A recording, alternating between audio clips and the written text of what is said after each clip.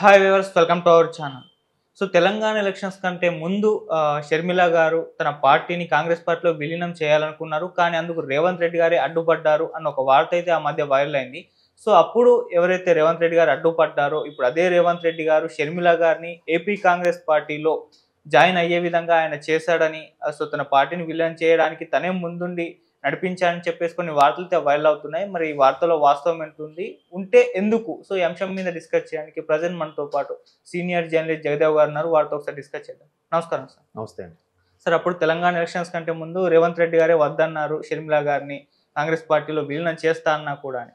So ఇప్పుడు ఆయనే షర్మిల గారిని అటు కాంగ్రెస్ పార్టీలో కలిపారని, ఏపీ పాలిటిక్స్ లో ఆమెను ఎంటర్ చేశారని చెప్పేసి వార్తలు అయితే వైరల్ అవుతున్నాయి. మరి దీంట్లో వాస్తవం ఎంతుందంటారు సార్? అంటే ఈ వార్తల్లో కొంతవరకు వాస్తవం ఉందండి. అది ఎట్లా అంటే రేవంత్ రెడ్డి గారు అయితే షర్మిల గారిని కాంగ్రెస్ రావించడానికి నో అయితే అనలేదు.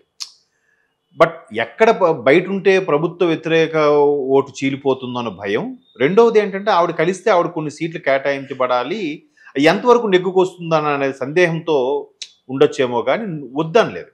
బట్ ఆయన ముఖ్యమంత్రిగా పీఠం ఎక్కక ముందే కాంగ్రెస్ అధిష్టానం ఆలోచన విధానం ఎలా ఉందంటే ఇక్కడ ఎలాగైనా గవర్నమెంట్ ఫామ్ చేయాలి, తెలంగాణ ప్రకటించింది మేమే. అలాంటిది అటు ఆంధ్రాలో పూర్తిగా నష్టపోయాం, భూస్థాపితం అయిపోయింది.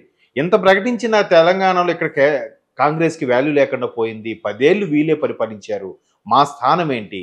మేము ఎంత బాధపడి ఒక రాష్ట్రాన్ని కూడా కోల్పోయామే, ఆఖరికి చాలా బ్యాడ్ అయిపోయాం కదా, మా పరిస్థితి ఏంటి?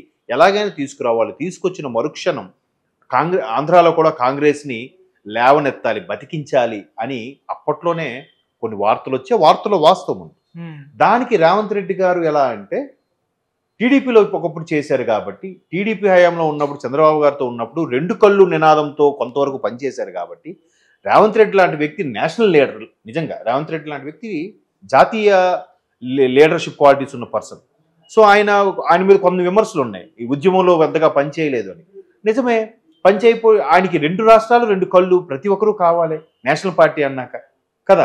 ఇప్పుడు టీఆర్ఎస్ కూడా మాకు తెలంగాణ ముఖ్యం, మాకు ఎవరు లేకపోయినా పర్వాలేదు, నువ్వు ఆంధ్రోడువా ఇట్లా మాట్లాడిన వాళ్ళు మరి బీఆర్ఎస్ ఎందుకు పేరు మార్చారు? మళ్ళీ జాతీయ పార్టీ అవుదామనే కదా, విస్తరిద్దామనే కదా. సో ముందు నుంచి మీకు వాదం ఉంది, కాకపోతే అధికారం కోసం తెలంగాణ నినాదం ఎత్తుకున్నారు మీరు కదా. సో ఈయన అలా కాదు, మొదటి నుంచి అలాగే ఉండడం వల్ల ఈయన ఉద్యమంకి వెన్నుపోటు పొడిచాడు, ఉద్యమంలో పార్టిసిపేట్ చేయలేదు అని వాదనలు వినిపించాయి. సో రేవంత్ రెడ్డి గారు అవేవి పట్టించుకోలేదు. ఆయనకి తెలంగాణ ముఖ్యమే, పార్టీ కూడా ముఖ్యమే. ఆ దీంతోనే ఆయన ఖచ్చితంగా ఇంకో వార్త వచ్చింది ఏంటంటే పిసిసి పదవి దక్కించుకున్న మరుక్షణం ఆయన ఖచ్చితంగా ప్రభుత్వాన్ని ఇక్కడ ఫామ్ చేస్తాను, నన్ను ముఖ్యమంత్రి అభ్యర్థిగా కూడా ప్రకటించాలి, అలాగే నేను కాంగ్రెస్లో కూడా బతికిస్తాను అన్నట్టుగా కూడా ఆయన ప్రామిస్ చేశారు, లేదంటే మాట ఇచ్చారు, సంథింగ్ ఎట్లాగైనా ప్రయత్నిద్దాం అన్నట్టుగా కొన్ని వార్తలు వచ్చాయి. మేబీ అయినా అయిండొచ్చు అవి. సో అనుకున్నట్టుగానే ఆయన గవర్నమెంట్ ఫామ్ చేశారు. ఆయన వచ్చాకే కాంగ్రెస్ గాలి మరింత వీచింది. అన్ని సమీకరణాలను, అన్ని సీనియర్ లీడర్ని కలుపుకుంటూ పోయి మొత్తానికి ఈ రోజు పరిపాలన చేస్తున్నాడు. పరిపాలన కూడా శరవేగంగా దూసుకెళ్ళిపోతాడు. రోజుకో సమావేశం, రోజుకో పథకం, రోజుకో సమీక్ష అన్నీ కదా. అలాంటి రేవంత్ రెడ్డి గారు ఇప్పుడు మళ్ళీ షర్మిల గారిని ప్రిఫర్ చేసి, ఎందుకు? రాజశేఖర రెడ్డి గారి బిడ్డ షర్మిల. ఈ రాజశేఖర రెడ్డి గారు ఎవరు? కాంగ్రెస్ తరఫున ముఖ్యమంత్రి, 2 సార్లు ముఖ్యమంత్రి అయిన అభ్యర్థి. అఫ్ కోర్స్ దురదృష్టవశాత్తు మన మధ్యలో లేరు. సో రాజశేఖర రెడ్డి గారి బిడ్డగా ఖచ్చితంగా ఆంధ్రాలో ఆవిడ్ని ఆదరిస్తారు కదా, ఆడబిడ్డ కాబట్టి. జగన్ గారిది ఎలాగో వ్యతిరేకత ఉంది కాబట్టి ఇదే సరైన సమయము, ఇదే అదను చూసి ఆమెని ఇక్కడ పీసీ చీఫ్ చేయాలి అన్నట్టుగా ఆయనే ప్రపోజ్ చేశారు. అంటే అధిష్టానం ఆలోచన కూడా ఇదే, కాంగ్రెస్ని పూర్తిగా నేలమట్టం అయిపోయిన కాంగ్రెస్ని కాస్త లేపుదాము, ఇప్పుడు కాకపోతే 2029 ఎలక్షన్స్లో అయినా మనం అంటూ నిరూపించుకుందామనే ఆలోచనలో కూడా కాంగ్రెస్ ఉంది. మేబీ ఇప్పుడు షర్మిల గారితో కొంత సహకారం అవ్వచ్చు ఓటు బ్యాంక్ పెంచుకునే అవకాశంలో. సో అందుకు దానికి రేవంత్ రెడ్డి గారు కూడా ఒత్తాసు పలికారంట. ఇప్పుడు ఆవిడకి పార్టీ విలీనం చేశాక ఒక పదవిని ఇవ్వబోతున్నారు. అయితే ఆ పదవికి ఆవిడ కాస్త భయపడుతున్నారు. అంటే మేబీ పెద్ద బాధ్యత, చాలామంది సీనియర్ నాయకులు ఉన్నారు, కాంగ్రెస్ అంటేనే సీనియర్ నాయకుల సమూహం కదా. రేవంత్ రెడ్డి గారు కాబట్టి ఆయన చాకచక్యంతో, ఆయన మేధావితనంతో, ఆయన వాక్ చాతుర్యంతో అంతమంది సీనియర్లను కూడా అంటే అడ్జస్ట్మెంట్గా అన్నిగా సమన్వయం చేసుకుంటూ వెళ్ళి ముఖ్యమంత్రి పీఠ మీద కూర్చోగలిగారు. ఈవిడ ఇంకా అంత అనుభవం లేదుగా. టీపీసీ అదే తెలంగాణ వైఎస్ఆర్ పార్టీ పెట్టి కూడా కొన్ని సంవత్సరాలు అయ్యింది, కొద్ది నెలలు సంవత్సరాలు పోనీ 1 or 2 years. ఈ అనుభవం సరిపోదు. దానికి తోడు ఒక అది బరువైన బాధ్యత కాబట్టి అట్లీస్ట్ సీట్లు సంపాదించకపోయినా గెలవకపోయినా ఓటింగ్ బ్యాంక్ అయినా పెంచకపోతే ఖచ్చితంగా అందరూ విమర్శిస్తారుగా. ఇవన్నీ పక్కన పెడితే సొంత అన్న మీద కూడా ఆ స్థాయిలో విమర్శించాలిగా. అది కొంచెం ఇబ్బందికరమైన అంశమేగా. మనం మరోవైపు వార్తలు చూస్తున్నాం, అన్నా చెల్లెళ్ళు ఎడమొహం పెడమొహం, ఏవో చిన్న చిన్న పొరపొచ్చాలు వచ్చాయని ఆవిడ కూడా కొన్నిసార్లు మీడియా సంబంధంగా మాట్లాడారు కదా.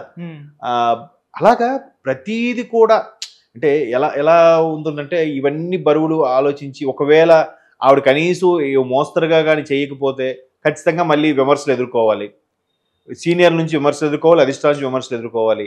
సరే ఎందుకులో ఏఐసీసీలో కీలక పదవి తీసుకుంటే సరిపోతుందా అనే ఆలోచన కూడా ఆవిడలో ఉంది.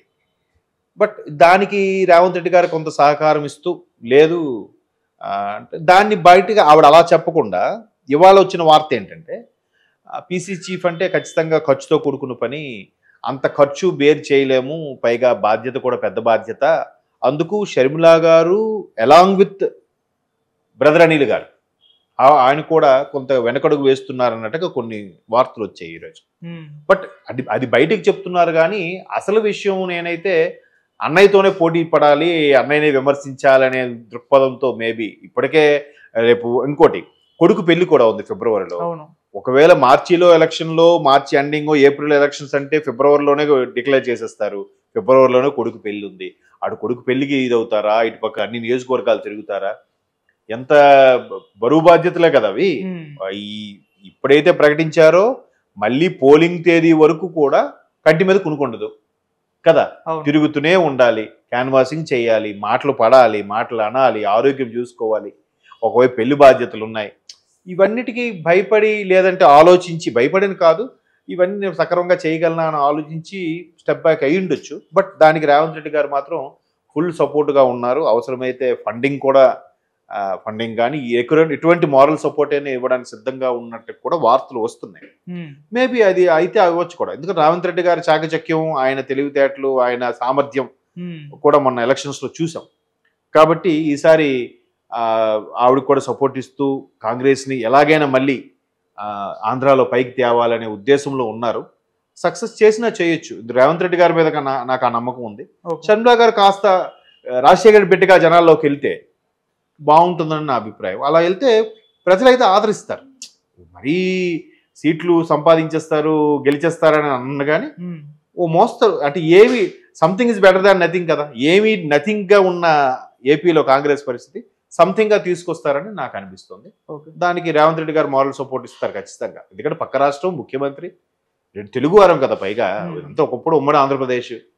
సో రాజశేఖర రెడ్డి గారు ఉమ్మడి ఆంధ్రప్రదేశ్ ముఖ్యమంత్రి కాంగ్రెస్ తరఫున, ఆ నినాదంతో జనంలోకి వెళ్తే ఖచ్చితంగా ఇది అవుతుంది. రేవంత్ రెడ్డి గారు అటు షర్మిలని కాంగ్రెస్ పార్టీలో చేర్చడం అంటే కాంగ్రెస్ పార్టీని బలోపేతం చేయడానికా, లేకుంటే వైసీపీ ఓట్లు చేర్చి టీడీపీని కదా ఫేవర్ చేద్దాం అనుకుంటున్నారు? రెండు అవ్వచ్చు. మీరు ఆప్షన్ ఏ ఆప్షన్ బి ఇచ్చారు, ఆప్షన్ సి పైవెన్యూ మేబీ అంటే అలా ఉండదు. కానీ ఎలాగో కాంగ్రెస్ ముఖ్యమంత్రిగా అయ్యారు కాబట్టి కాంగ్రెస్ ని ఎలాగైనా పైకి తీసుకొస్తానని మాట ఇచ్చారని అంటున్నారు కాబట్టి ఎంతో కొంత బలపడుతుంది కదా షర్మిలా గారు వెళ్తే. అంటే నష్టం ఎవరికంటే మాత్రం వైఎస్ఆర్సీపీకి. టీడీపీకి ఎలాగో ఆల్రెడీ దాన్ని ఏమంటారు, ఆ మేనియా వచ్చేసింది, ఆ గ్రాఫ్ పెరిగిపోయింది టీడీపీకి. చంద్రబాబు గారు అరెస్ట్ ముందు అరెస్ట్ తర్వాత మాట్లాడుకోవచ్చు. ఎందుకు పెరిగిపోయిందంటే ప్రభుత్వ వ్యతిరేకతే. ఏదైతే మనం ఇంతకుముందు మాట్లాడుకున్నామో సజ్జల రామకృష్ణారెడ్డి గారు కొన్ని రీజన్స్ ఒక్కొక్కరుగా పార్టీ విడిచి వెళ్ళడం ఇవన్నీ ఉండడం వల్ల వైఎస్ఆర్సీపీ డౌన్ అయిపోయింది, టీడీపీ పెరిగింది. దానికి కాస్త జనసేన తోడైంది, మరి కాస్త ఇంకో మెట్టు పెరిగింది కదా.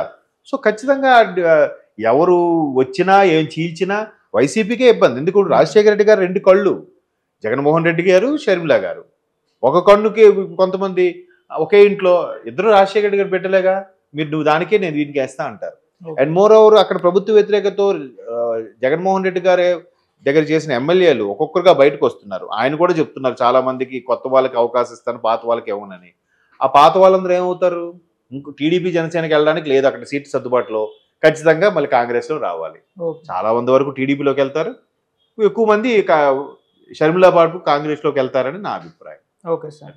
Thank you so much.